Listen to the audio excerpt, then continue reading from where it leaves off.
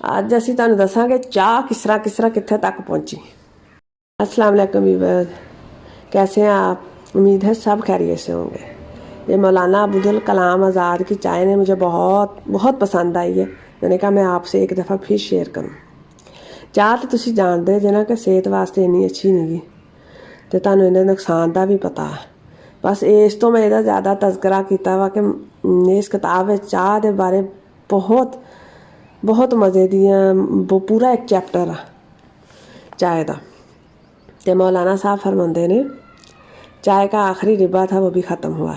वक्त वही है सुबह 4 बजे का, मगर अफसोस वो चाय नहीं है जो तबाह शोरश पसंद को सरमस्तियों की और फ़िक्र आलम व शौक की आसूदगियों की दावत दिया करती थी। बहुत मुश्किल लफ्ज़ ने इन्हों की समझ भी उन्होंने लोगों को ही सी, साढ़े तो उत्तों दी लंघ जाता सब कुछ।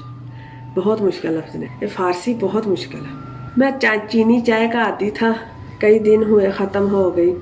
अहमदनगर और पूना के बाज़ारों में कोई इस जिनसे ग्रां नुमाया से आशना नहीं है। मजबूरन हिंदुस्तान की इसी स्याह पत्ती का जोशांदा पी रहा हूँ जिसे लोग चाय के नाम से पुकारते हैं और दूध डालकर गर्म शरबत बनाया करते हैं। सबसे पहले सवाल चाय के बारे में खुद चाय का पैदा होता है। मैं चाय को चाय के लिए पीता हूँ, लोग शक्कर और दूध के लिए पीते हैं। मेरे लिए वो मकासद में दाखिल हुई, उनके लिए वसाइल में। ज़रा गौर फरमाइए मेरा रुख किस तरफ है और ज़माना किधर जा रहा है। चाय चीन की पैदावार है, चीनियों की तशरीह के मुताबिक 1500 वर्ष से इस्तेमाल की जा रही है, लेकिन उनके ख्याल में ये बात कभी नहीं आई कि इस जौहर लतीफ़ को दूध की कसाफत से आलूदा भी किया जा सकता है। जिन मुल्कों में चाय पहुंची, मसलन रूस, तुर्कस्तान, ईरान, वहाँ किसी को ख्याल नहीं गुजरा, मगर 17वीं सदी में जब अंग्रेज़ इससे आशना हुए तो नहीं मालूम लोगों को क्या सूझी, उन्होंने दूध मिलाने की बिद्दत ईजाद कर दी। रफ्ता रफ्ता मामला यहाँ तक पहुँच गया कि दूध डालने की जगह दूध में चाय डालने लगे, जिस तरह साढ़े यहाँ दुध पत्ती होंगी है। अब अंग्रेज़ तो ये कह के वखरे हो गए कि दुनिया ज़्यादा दूध नहीं डालना चाहिए, लेकिन उनके तुखम फसाद ने जो बरगो बार फैला दिए हैं उन्हें कौन छांट सकता है। उन्होंने तो साथ पा लिया ना। लोग चाय की जगह एक तरह का स्याल हलवा बनाते हैं, खाने की जगह पीते हैं और खुश होते हैं कि हमने चाय पी ली। इन नादानों से कौन कहे कि हाय कमबख्त तूने चाय पी ही नहीं।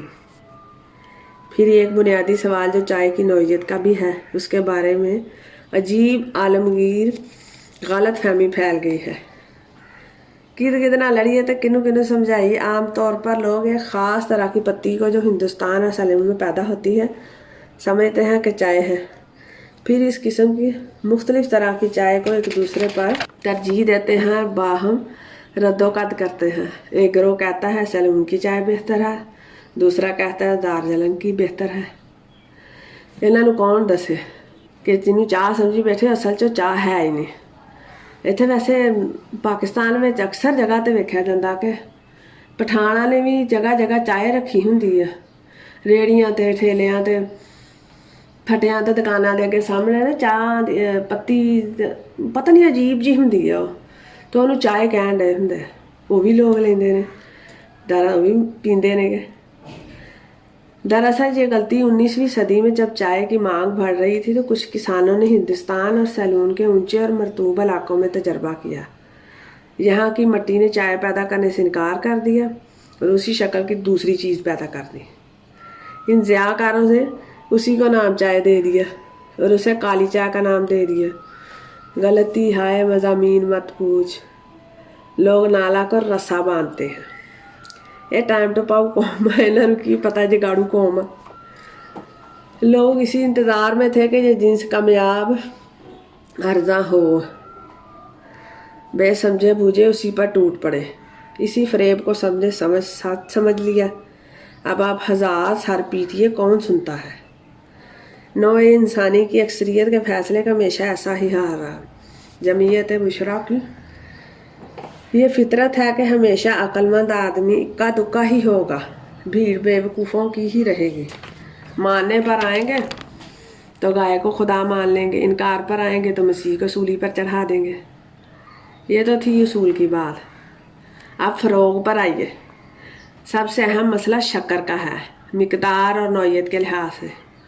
جہاں تک مقدار کا تعلق ہے اسے محرومی سمجھیے کہ مجھے مٹھاس کا ذوق بہت کم ملا ہے. نہ صرف چائے میں بلکہ کسی اور چیز میں بھی زیادہ میٹھا پسند نہیں ہے. کھاتا ہوں تو منہ کا ذائقہ کڑوا ہو جاتا ہے، مزاج ٹھیک ہونے کی بجائے بگڑ جاتا ہے. مجھے نمک میں لذت ملی ہے، کھانے میں نمک اوپر سے چھڑکتا ہوں. عام طور پر سمجھا جاتا ہے کہ جو شکر ہر چیز میں استعمال ہوتی ہے وہی چائے میں بھی ڈالی جا سکتی ہے، لیکن چائے کا معاملہ دوسرا ہے. اس کا مزاج اتنا لطیف اور بے میل ہے کہ کوئی بھی چیز جو اس کی طرح صاف اور لطیف نہیں ہوگی فوراً اسے مقدر کر دے گی. یہ شکر اتنی صاف نہیں ہوتی، جیسے ہی چائے میں ڈالی اس نے ذائقہ اور لطافت کو آلودہ کر دیا. تاہم دودھ کے ساتھ ایسے نہیں ہے، دودھ میں کام چل جاتا ہے. مولانا کہتے ہیں میرے لیے شکر کی نوعیت کا فرق بھی ویسا ہی ہے جیسے شربت پینے والوں کے لیے قند اور گڑ کا ہے. اب تک تو صرف شکر کا رونا تھا، اب تو معاملہ گڑ تک پہنچنے والا ہے. ایک گڑ والی چاہ تو نواں ہی رواج چلیا. جگہ جگہ بورڈ لگے ہوندے نے کہ گڑ والی چائے مل سکتی ہے. یہ لوکی پچھان ترے جاندے، دنیا بھی پیچھے نو تری جان رہی ہے. مجھے تو یہ ذرا مزے دی نہیں لگتی، گڑ والی چائے بہت گندی لگتی. ایک مدت سے وائٹ جیسمین کا آتی ہوں، اس کی خوشبو اس قدر لطیف ہے، اتنا ہی کیف و تند و تیز ہے. اس کی رنگت تو جیسے سورج کی کرنیں. ایک دو دوستوں کو پلائی تو انہوں نے کہا ٹھیک ہے، اچھی ہے. یہ اچھی ہے کا مطلب ہے کہ ہمیں تو اچھی نہیں لگی. تو یہ تھی ویور مولانا عبدالکلام آزاد کی چائے. ایک دفعہ تسی بھی ٹرائی کرو کہ جس طرح دی انہوں نے چائے کی اس طرح دی بنتی ہے تو کیسی لگتی ہے. اپنا بہت سارا خیال رکھو، میرے چینل کو سبسکرائب کرو. یہ خوش رہو.